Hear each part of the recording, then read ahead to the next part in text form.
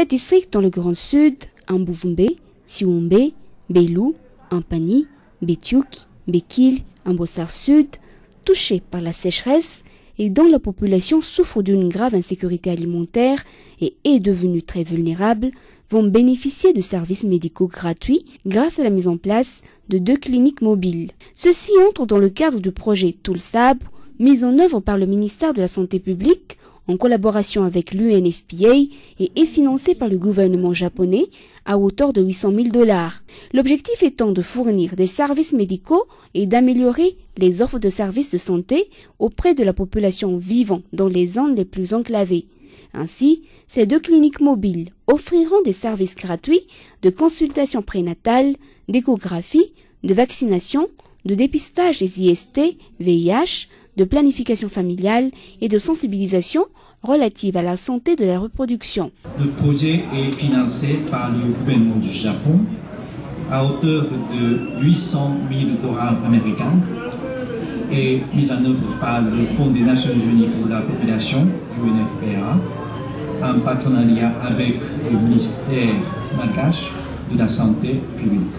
Le ministère de la Santé publique a toujours été un partenaire incontournable pour le Japon afin de mettre en œuvre de nombreux projets visant à faciliter l'accès aux services de la santé, que ce soit dans le cadre bilatéral ou multilatéral. Je souhaite sincèrement que cette cérémonie marque un nouveau chapitre de la coopération nippo-malgache qui se veut être une réponse aux besoins de la population en matière de santé, surtout au profit des plus vulnérables.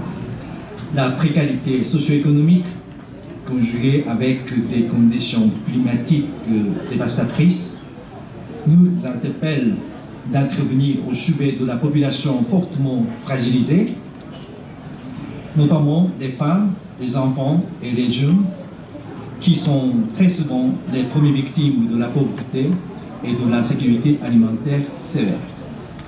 L'appui technique et le développement qu'apporte l'UNFPA nous ont été indispensables pour le mener à bien ce projet qui vise à améliorer le niveau de vie de la population particulièrement vulnérable. La remise des 2 cliniques mobiles aujourd'hui s'inscrit dans la politique générale de l'État, PGE, lancée en 2019 par son Excellence Monsieur le Président de la République de Madagascar, qui croit fermement aux droits de ses citoyens, aux soins de la santé. Avant de rejoindre le sud de l'île, où elles interviendront, les 2 cliniques mobiles participeront à la caravane de prestations de services organisée dans le cadre de la célébration de la Journée internationale de la femme tout au long de la route nationale 7 du 1er au 8 mars prochain.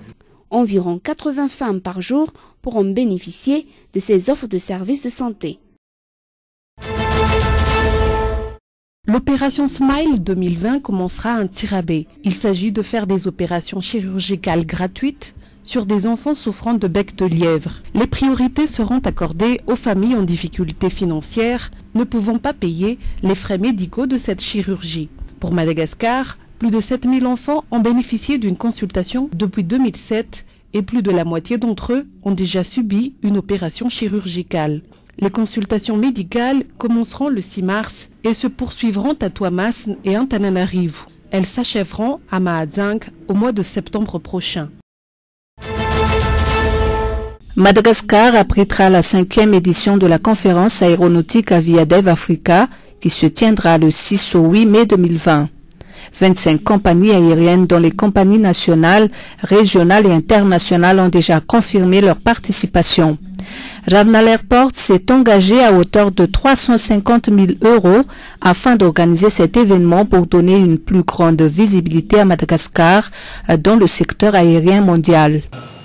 Pendant ces 3 jours, au contraire, on va beaucoup travailler, et on va beaucoup échanger, et on va essayer de convaincre. Et ce qu'on va faire dans le programme, c'est que aussi pour certaines compagnies, on va les emmener dans tout Madagascar, et pas exclusivement d'ailleurs dans les aéroports qu'on gère. On va leur faire découvrir tout Madagascar parce que nous, ce qui nous intéresse, c'est que le pays se développe. Pour le pays, déjà, de toute façon pour le pays, et puis puis après, il y a des retombées sur nos aéroports, mais que tout pays se développe, de toute façon, contribue au développement graminal. Au cours d'une conférence de presse à Ivatu, l'équipe de Ravnal Airports appelle les partenaires locaux pour l'organisation de cette rencontre internationale. Cet événement panafricain est très bénéfique pour la Grande Île, surtout après l'ouverture du nouveau terminal international de l'aéroport d'Ivatu. L'événement est soutenu par le ministère des Transports, du Tourisme et de la Météorologie. Il permettra d'étudier avec d'autres compagnies étrangères l'ouverture de routes au départ ou à destination de Madagascar. Il s'agit d'un enjeu international pour le développement économique, permettant aussi à Madagascar d'atteindre les 500 000 touristes en 2023. Les salons, les foires ou encore les vitrines internationales sont parfois les grands événements économiques qui offrent des opportunités d'affaires pour les entrepreneurs malgaches.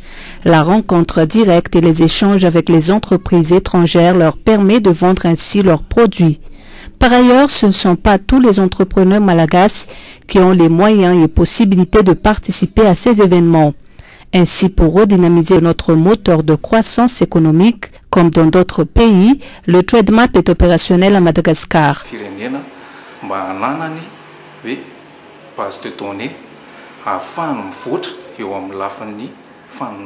Tous les membres en possession d'un compte ont un accès gratuit aux bases de données mensuelles, trimestrielles ou encore annuelles du commerce mondial par pays.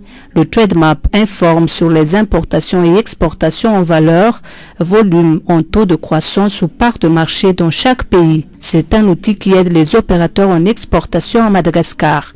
L'objectif est d'évoluer davantage la potentialité d'importation et d'exportation de la Grande Île, mais surtout de faciliter les négociations.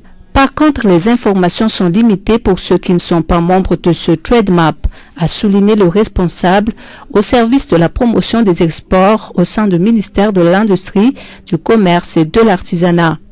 Les agents de la Chambre de commerce et d'industrie de Tuamasin ont su l'existence de ce TradeMap grâce à cet atelier organisé par le ministère de tutelle. Toutes les démarches ont été expliquées. À peu près 5300 produits sont consultables dans ce TradeMap. Il fournit également les dernières informations sur les échanges économiques et sur les entreprises internationales dans plus de 200 pays.